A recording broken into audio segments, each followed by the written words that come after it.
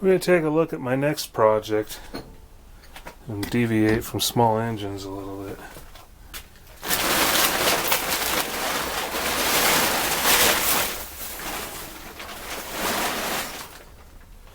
This is an American Toolworks lathe,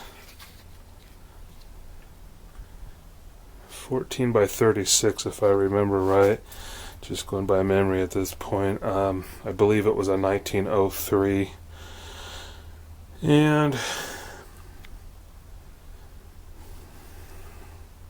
it's got issues. I mean, it's got tons of issues, and a lot of them will never be fixed because this thing crashed hard someday and it's passed.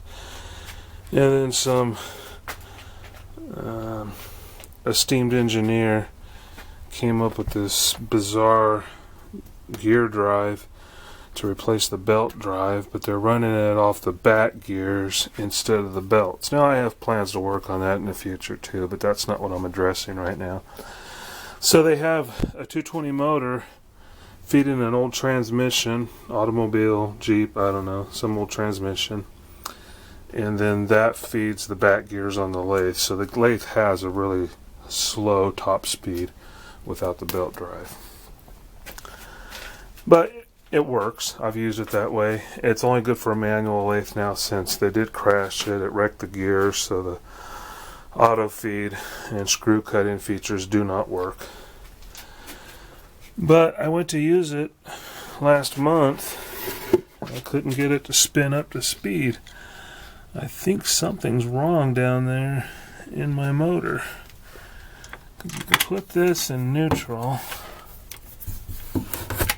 Okay, that's neutral, so yeah, nothing's stuck. It's freewheeling like it should. But it never got up to speed.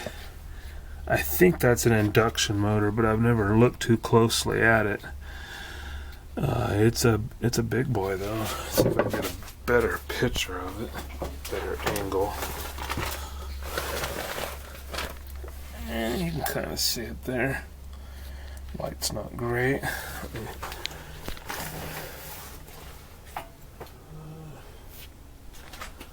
Let me find a light. There we go. I don't know if that shows the size very well, but it looks pretty stout. I may have to put a jack under there to lift it. And I'm going to have to pull the lathe out, no matter how you look at it, just to get to it.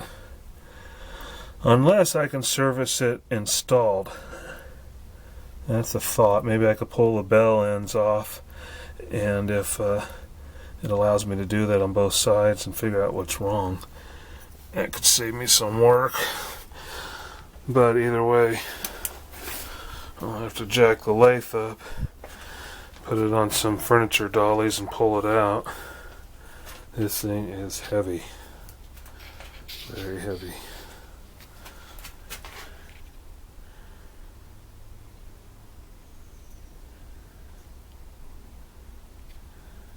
Pretty advanced for its day. You didn't see too many lathes with a quick change gearbox back in the turn of the last century.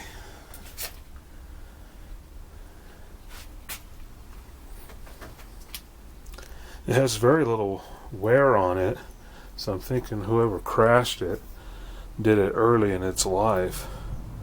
So it just never did anything other than a manual lathe work, because I've measured the wear and the weighs. It's very minimal. I had to work on the babbitt.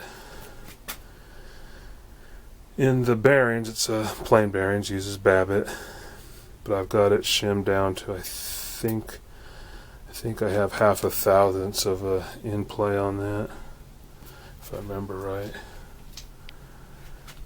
I upgraded to an Aloris type tool holder, Chinese version, Shars, but it's a pretty good one. Definitely an improvement over that lantern style.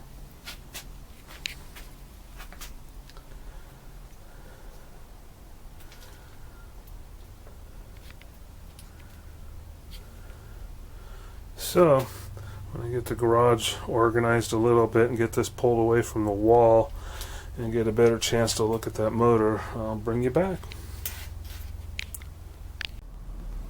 I have not moved this thing since I first bought it and stuck it in this corner. I had forgotten just how heavy it was. Well, I think I'm ready to start working on the motor. Unfortunately, it's a little tight back here, so I don't think I'll be able to set the tripod up, so I'll have to do these videos and little status updates. So that's what I need to work on down there, that big boy, and I can give you a brief view of it trying to start up. I won't do it for long, I don't want to damage it, but that's the motor drive right there. This is the transmission drive. It's in neutral. Everything's spinning freely like it should. And I will now turn the drum switch on.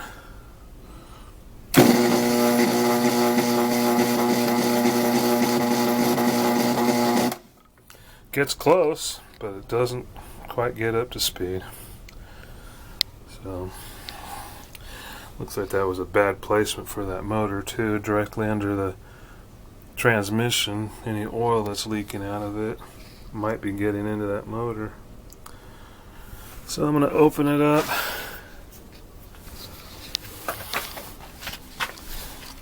and see what there is to see. Then I'll bring you back.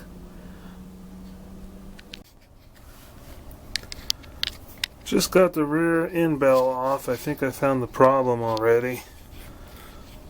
Sitting on the bottom in here was what looks like a piece of a paper clip.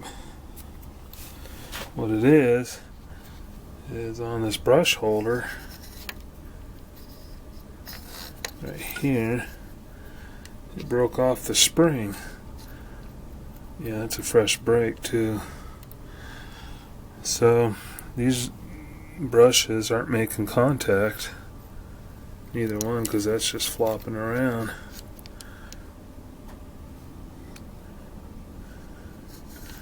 This one looks like somebody had a problem with it before, but they kludged up their own retainer spring. It's got that bend on one end, but it's just straight on this end. And it does seem to be working. It's obviously newer than this old one here. So I don't know if I'll be able to find that spring or if I'll have to get creative like these guys did. Maybe get some spring wire and wrap it around a socket extension or something to form that.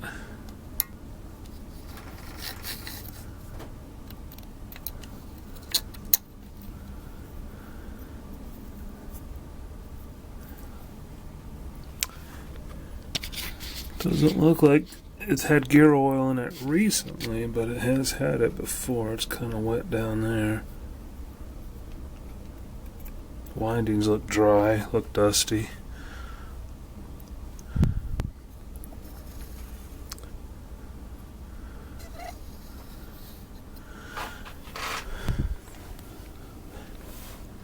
Not even sure of the brand of the motor, so I don't know.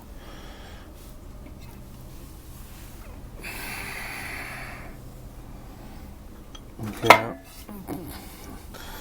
bet I'm just going to have to make my own.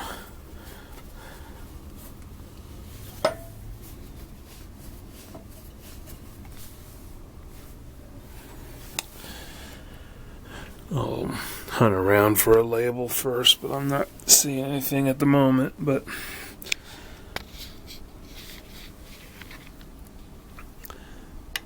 at least the problem wasn't too difficult to find.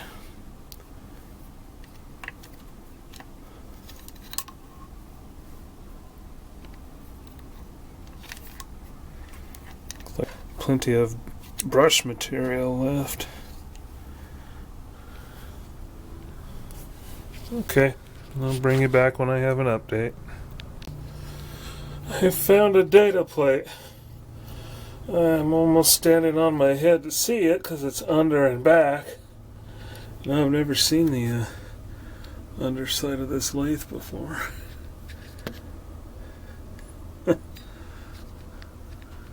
have lived without that. Wagner Electric Company.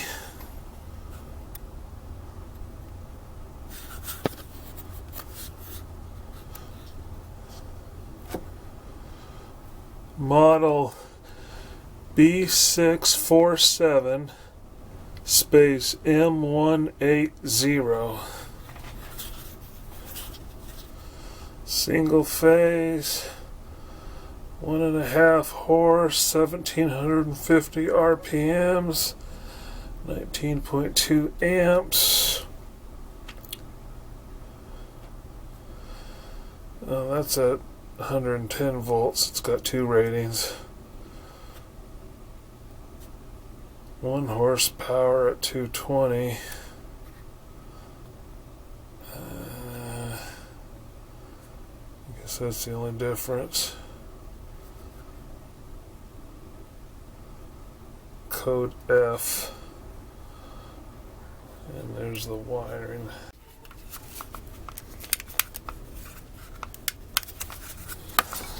Anyway, it's got a couple of wiring diagrams there.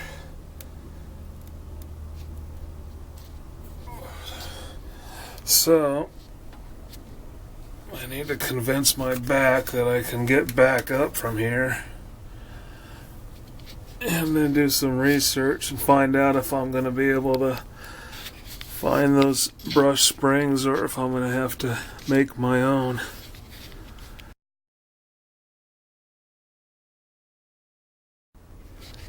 That may be it for a little while on this, but I can't wait too long because my garage is pretty tight as it is, and now that I have this lathe kicked out, it's real tight in here, so hopefully I can get this back together soon.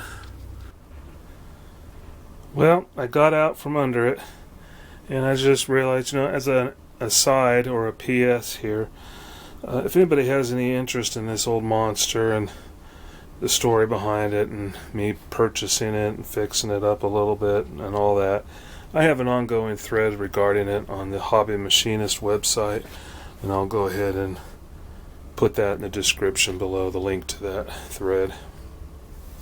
So that's it. Thank you. Okay, I had no luck finding the proper spring for this motor on the internet, let alone finding a whole lot of information on this motor. So I did what the previous repair people did and fabricated my own. But what I did is I went to Ace Hardware and I bought a spring that I could work with. And it didn't come out really pretty, but it looks like it'll work. This got kind of ugly. I had them bent, both looking like that, but once I had it in place, it wasn't where it needed to be and the tension wasn't right, so I had to get creative with it. So I guess I can cut these guys some slack and why theirs is kind of weird looking. Because I've experienced it now. So anyway, it's in place and tight. I had to take the spider out so I could get the spring wrapped around this mount. I think I'm ready to put the motor back together and see what happens. I'll bring you back when I'm ready. Got it back together and it looks promising. Let's see if I can get some light down there.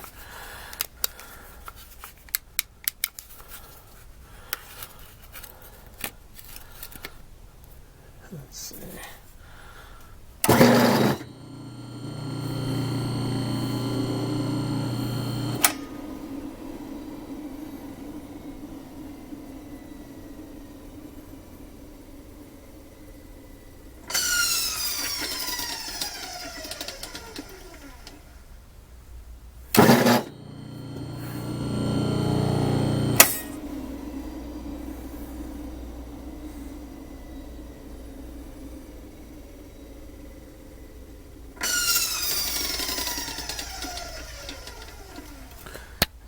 Definitely hear those brushes engage.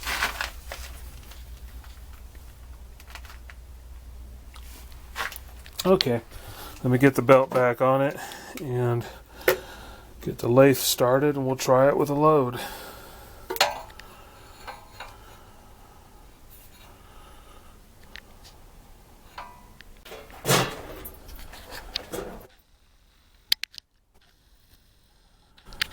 Okay, I have to find high range in this thing again. You don't normally mess with these, you just find the high gear and leave it there, because the high gear is really slow.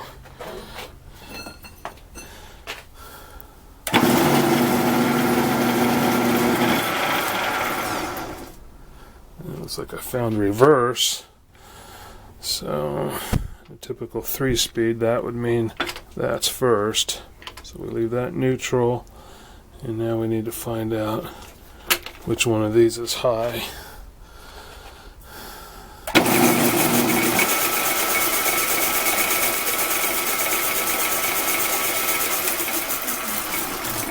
And that's probably it, but I'll check the other one to compare it.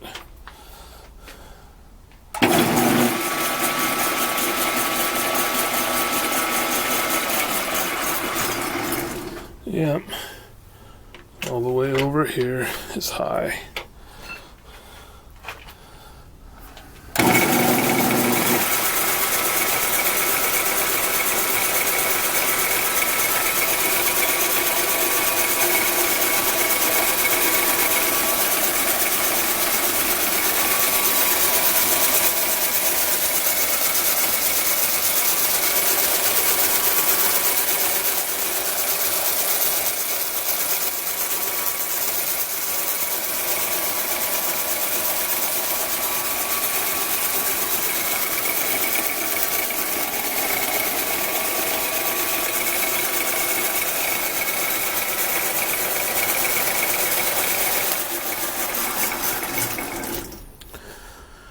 Okay, that's a success. Now I get to put my garage back together. That's a bigger job than working on the motor.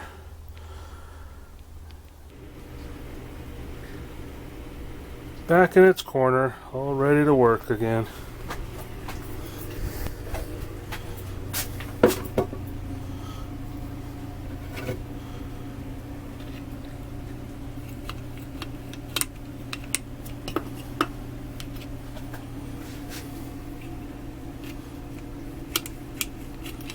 Oh, that's some milky looking oil.